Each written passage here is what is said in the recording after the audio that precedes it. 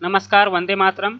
इस वीडियो में हम बात करने वाले हैं कक्षा 7वीं से हिंदी विषय के पाठ 13 सुभाष चंद्र बोस का पत्र। इसके प्रश्न उत्तर के बारे में हम आज बात करेंगे, जिसमें मैं आप सभी को इसमें जो भी प्रश्न हैं उनके उत्तर समझाकर बताने का प्रयास करूंगा।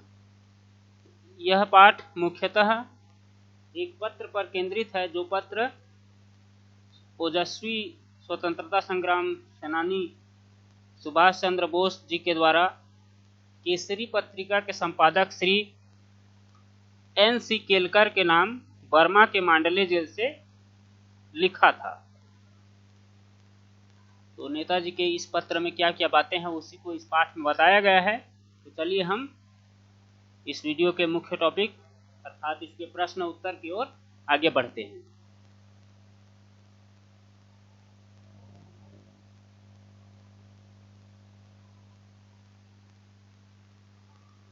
अभ्यास के प्रश्न हम देखेंगे। तो यहाँ सबसे पहला प्रश्न हमें मिलता है, नेताजी ने केलकर को पत्र क्यों लिखा? नेताजी ने केलकर को पत्र क्यों लिखा? तो इसका उत्तर हो जाएगा, नेताजी ने केलकर को पत्र यह बताने के लिए लिखा कि प्रसिद्ध स्वतंत्रता संग्राम सेनानी लोकमान्य तिलक जी भी मांडले जेल में थे। बस इतना ही इसका उत्तर हो जाएगा। अगला प्रश्न है, लोकमान्य ने अपने जीवन का 6 वर्ष कहाँ और क्यों गुजारा? तो इसके उत्तर में आप लिखेंगे, लोकमान्य ने अपने जीवन के 6 वर्ष मांडले की जेल में बिताए थे, क्योंकि वे एक महान क्रांतिकारी व गरम दल के नेता थे। उत्तर समाप्त। अगला प्रश्न है, सुभाष चंद्र बोस ने भगवान को धन्यवाद क्यों दिया? उत्तर हो जाएगा, सुभाष चंद्र बोस, इसके उत्तर में आप लिखेंगे, सुभाष चंद्र बोस ने भगवान को धन्यवाद देते हुए कहा कि मुझे मांडले जेल में स्थानांतरित किया गया, जो उनके लिए किसी तीर्थ स्थल से कम नहीं था, क्योंकि वहां पर देश के सच्चे सपूत तिलक जी ने अपने बंदी जीवन के 6 वर्ष व्यतीत किए थे। उत्तर समाप्त। अगला प्रश्न है, सुभाष चंद्र बोस ने जेलों को तीर्थ स्थल क्यों कहा है? इसके उत्तर में लिखिएगा, सुभाष चंद्र बोस ने मांडले जेल को तीर्थ स्थल इसलिए कहा क्योंकि इसी जेल में स्वतंत्रता मेरा जन्म सिद्ध अधिकार है कहने वाले गीता भाष्य नामक रचना के रचनाकार युग पुरुष लोकमान्य तिलक जी अपने जीवन के 6 वर्ष बिताए थे। ऐसा आप लिख सकते हैं। अगला प्रश्न है, लोकमान्य को कारावास में सांत्वना देने वाली वस्तु क्या थी? लोकमान्य को कारावास में सांत्वना देने वाली एकमात्र वस्तु किताबें थी। अगला प्रश्न, लोकमान्य दुख और यंत्रणाओं से ऊपर रहते थे, कैसे? लोकमान्य गीता की भावना में मग्न रहते थे, शायद इसीलिए दुख और यंत्रणाओं से ऊपर रहते थे। अगला प्रश्न, सुभाष चंद्र बोस जी ने किस पुस्तक की रचना की और उसका विषय क्या है? उत्तर में आप लिखिएगा, यह प्रश्न ही कुछ गलत छपा हुआ है, क्योंकि हमें इस पाठ में जानकारी नहीं मिलती है कि सुभाष चंद्र बोस जी ने कौन सी पुस्तक लिखी। हमें क्या जानकारी मिलती है कि लोकमान्य तिलक जी ने कौन सी पुस्तक लिखी, इसके बारे में हमें इस पाठ में जानकारी दी गई है। तो यह प्रश्न थोड़ा सा आप लोग चेंज कर लीजिएगा कि प्रश्न हो जाएगा, लोकमान्य तिलक जी ने किस पुस्तक की रचना की और उसका विषय क्या है। तो आप सुभाष चंद्र बोस के जगह में यहाँ पे लोकमान्य तिलक लिख लीजिएगा और उत्तर में लिखिएगा लोकमान्य तिलक जी ने गीता भाष्य नामक पुस्तक की रचना की, जिसका विषय था कि मनुष्य ईश्वर में पूर्ण श्रद्धा रखे, जीवन का एक क्षण भी व्यतीत किए बिना कर्म में निरत रहे। ऐसा आप लिखिएगा, पाठ में बताया गया है।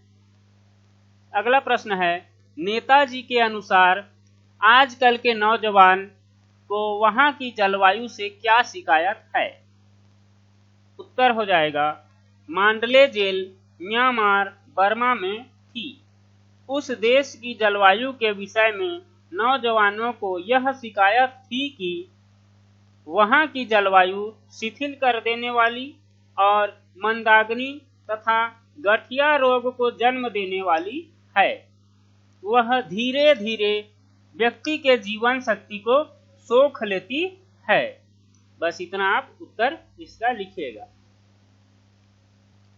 आगे है पाठ से आगे वाले प्रश्न, जिसमें आप लोगों को स्वयं से सोचकर उत्तर देने होते हैं।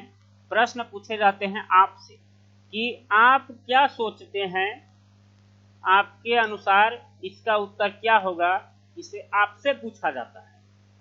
कोई ज्ञानात्मक प्रश्न नहीं है कि आपको जो पढ़ाया गया है पुस्तक में जो लिखा है वो लिखना है इसके उत्तर में, ऐसे प्रश्न इसके अंदर में नहीं होते हैं।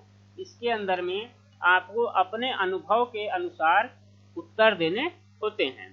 तो चलिए, जिसके उत्तर मेरे देने लायक होंगे, जो पुस्तकों से प्राप्त होते हैं, तो वैसे उत्तर मैं बता दे रहा हूँ। बाकी उत्तरों को थोड़ा सा समझा दूंगा, आप लोग स्वयं से इसे लिख लेंगे।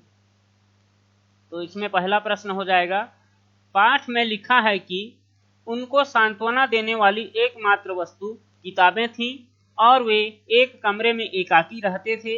एकाकीपन में पुस्तक कैसे सांत्वना देते हैं और एकाकीपन को कैसे दूर करते हैं, आपस में बातचीत कर पुस्तक के उपयोग पर अपनी समझ लिखिए। इसके उत्तर चाहे तो आप अपनी समझ के अनुसार भी लिख सकते हैं, अर्थात इसमें मुख्य रूप से पुस्तकों के महत्व को लिखना है कि आप अगर अकेले होंगे, आपके पास वर्तमान में प्रचलित और कोई सामग्री नहीं होगी जैसे मोबाइल, टीवी वगैरह, तो आपके पास अगर पुस्तक होंगे तो आप पुस्तकों से कैसा अपना एकाकीपन दूर कर सकते हैं, उसी के बारे में इसमें या फिर पुस्तक के महत्व के बारे में लिखना है। तो उत्तर आप लिख सकते हैं कि पुस्तकें ज्ञान का भंडार होती हैं। आत्मबोध के लिए पुस्तकों से अच्छी कोई वस्तु नहीं है। ज्ञान पिपासा को शांत करने का एकमात्र साधन यदि कुछ हो सकता है तो वह पुस्तकें ही हो सकती हैं। अकेलेपन में पुस्तकों से अच्छी मित्र कोई नहीं हो सकती। रुचिकर और ज्ञानवर्धक पुस्तकें हमारे एकाकीपन की सबसे अच्छी साथी होती हैं। यही आत्मसंबल बनी तिलक जी के एकाकीपन में। अतः पुस्तकें हमारी सबसे अच्छी मित्र होती हैं। ऐसा आप लिख सकते हैं। अगला प्रश्न है, कारावास अथवा जेल जीवन हमारे घर के जीवन अथवा आम जन जीवन से कैसे अलग है? साथियों से चर्चा कर लिखिए। इसे भी आपको अपने मन से लिखने के लिए कहा गया है। तो उत्तर में आप लिख सकते हैं कि जेलों की एक अलग ही दुनिया होती है। बोस जी ने भी कहा है कि यदि विश्व भगवान की कृति है तो जेलें मानव के कृतित्व की निशानी है। सभ्य समाज में जिन विचारों और संस्कारों की बात होती है वे जेलों में नहीं दिखाई देते हैं। यहाँ मनुष्य अपनी आदतों और बुरे स्वभाव को छोड़ जीवन के अनुकूल बनने की कोशिश करता है तथा प्रतिकूल परिस्थिति में भी अपने स्वास्थ्य का ध्यान रखता है। ऐसा आप लिख सकते हैं।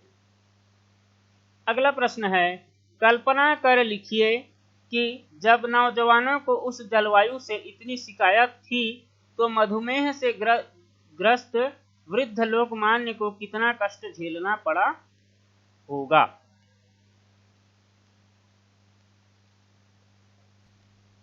तो इसके उत्तर में आप लिख सकते हैं कि उनकी शारीरिक यंत्रणा के बारे में जितना ही कम कहा जाए बेहतर होगा।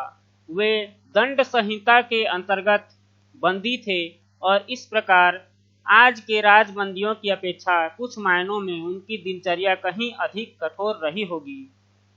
इसके अलावा उन्हें मधुमेह की बीमारी थी। तो जब लोकमान्य यहाँ थे तो मांडले का मौसम,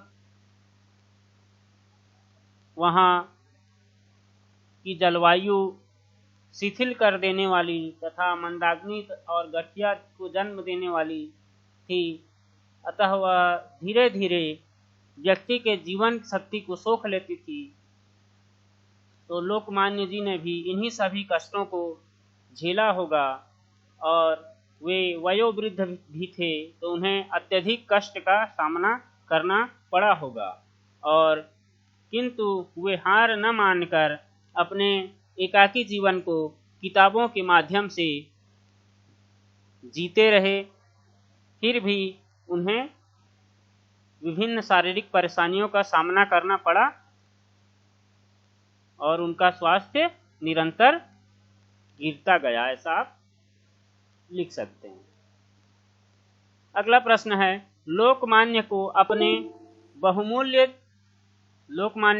बहुमूल्य जीवन के 6 वर्ष उन कठिन परिस्थितियों में क्यों बिताने पड़े? साथियों और शिक्षकों से चर्चा कर लिखिए।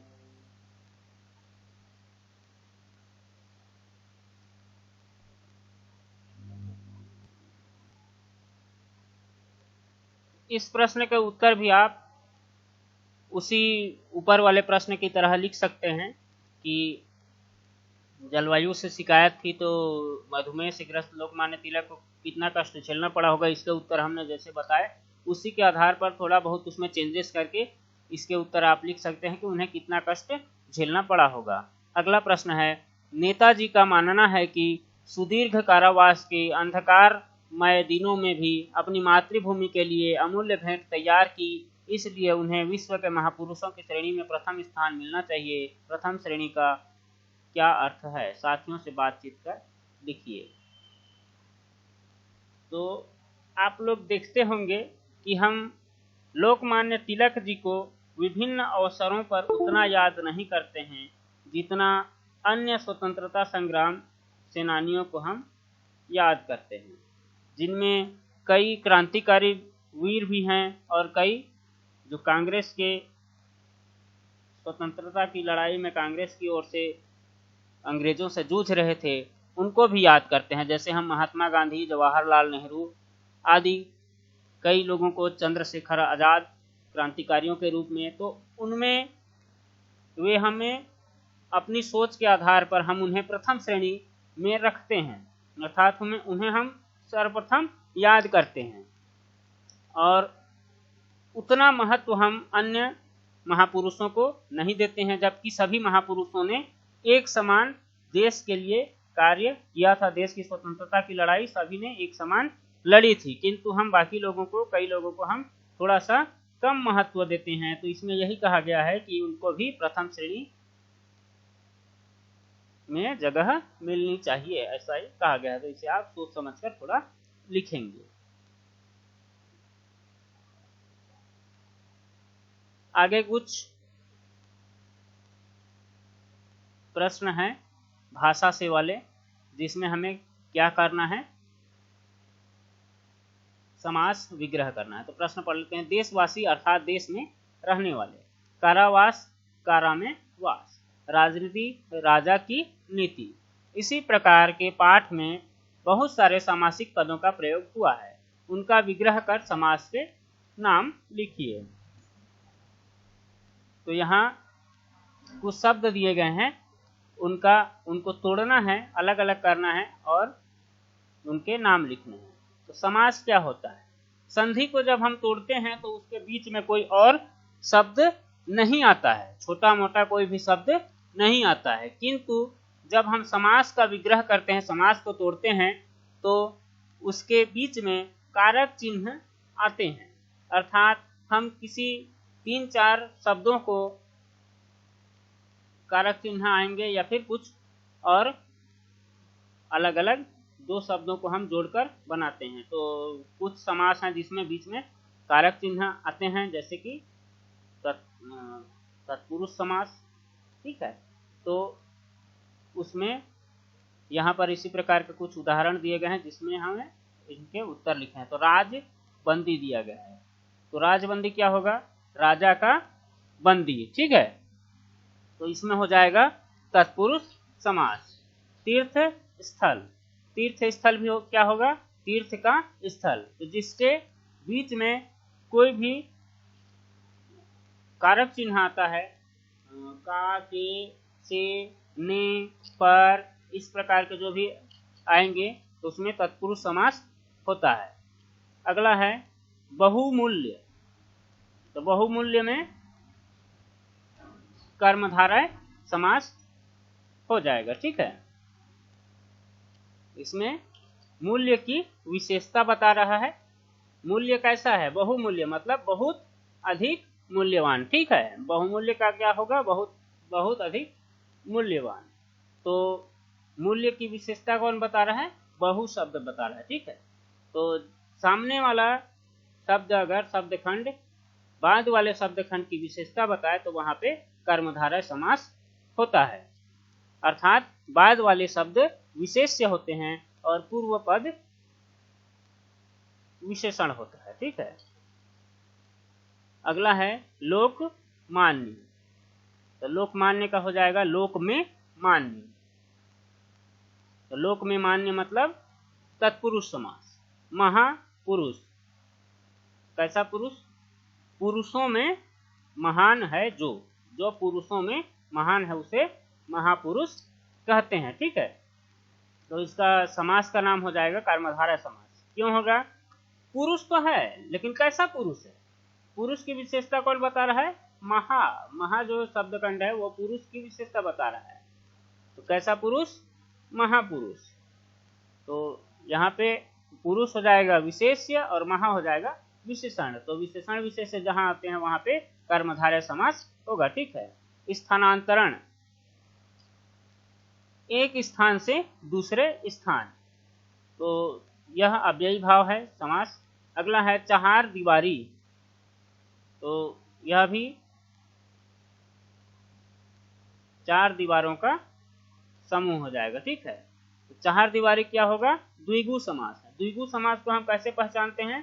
द्विगु समास में जो पूर्व पद होगा या फिर पहले जो आएगा, जो शब्दखंड पहले आएंगे, जैसे कि यहाँ पे चहार लिखा हुआ है, चहार का यहाँ पे हम चहार कोई अलग से शब्द नहीं होता, चहार मतलब यहाँ पे चार को लिखा गया है, ठीक है। चार जो अंक होता है, तो जो अगर किसी शब्द के पूर्व पद में अंक वाले शब्द खंड आए, अंक वाला शब्द आए, तो वहां पे क्या होगा? संख्यावाचक शब्द आएगा, तो वो द्विगु समास का उदाहरण होता है, ठीक है। चहार दीवारी क्या होगा?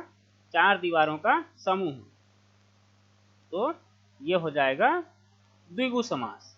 एकाग्र चित्त, एकाग्र चित्त मतलब चित्त है एकाग्र जिसका, या फिर एकाग्र है चित्त जिसका, तो इसका अव्ययी भाव समास हो जाएगा। एकाग्र एक अव्यय है। घटना चक्र, तो घटना चक्र क्या हो जाएगा? घटना चक्र का हो जाएगा तत्पुरुष समास। घटना का चक्र, किसका चक्र? घटना का चक्र, ठीक। यहाँ पे कुछ विराम चिन्ह छूटे हुए हैं, जिसमें अल्प विराम हो सकते हैं या फिर सेमीकॉलन हो सकता है। सेमीकॉलन मतलब अर्ध विराम, या फिर कुछ योजक चिन्ह हो सकते हैं। तो उन्हीं सबको इसमें जहां जहां पे लिखना है उसे आप अपने समझ के आधार पर लिखिएगा। अगला प्रश्न है, पाठ में दिए गए इस वाक्य को ध्यान से पढ़िए। वहां भारत का एक महानतम सपूत लगातार 6 वर्षों तक रहा। यहाँ पर महानतम शब्द गुणवाचक विशेषण का तुलनाबोधक रूप है। मूल शब्द महान है, उत्तर अवस्था महानतर है, उत्तमावस्था महानतम है, जैसे अधिक, अधिकतर, अधिकतम, सुंदर, सुंदरतर, सुंदरतम। तो इसी प्रकार से 5 विशेषण शब्दों में तर तम जोड़कर उनके रूप लिखने हैं। तो 5 और शब्द हमको खोजने हैं और उसमें तर और तम जोड़कर लिखना है। तो आप लोग लिख सकते हैं। पहला हो जाएगा नवीन, नवीनतर, नवीनतम। गुण, गुणवत्तर गुणवत्तम, श्रेष्ठ श्रेष्ठतर श्रेष्ठतम, प्राचीन प्राचीनतर प्राचीनतम, लघु लघुत्तर लघुतम। ऐसा आप लिख सकते हैं। तो आगे कुछ योग्यता विस्तार के प्रश्न हैं, इन्हें आप स्वयं से हल करिएगा। तो यह पाठ यहीं पे समाप्त होता है। अगर आप लोग को ये प्रश्न उत्तर समझ में आया हो तो वीडियो को लाइक कर लें। धन्यवाद।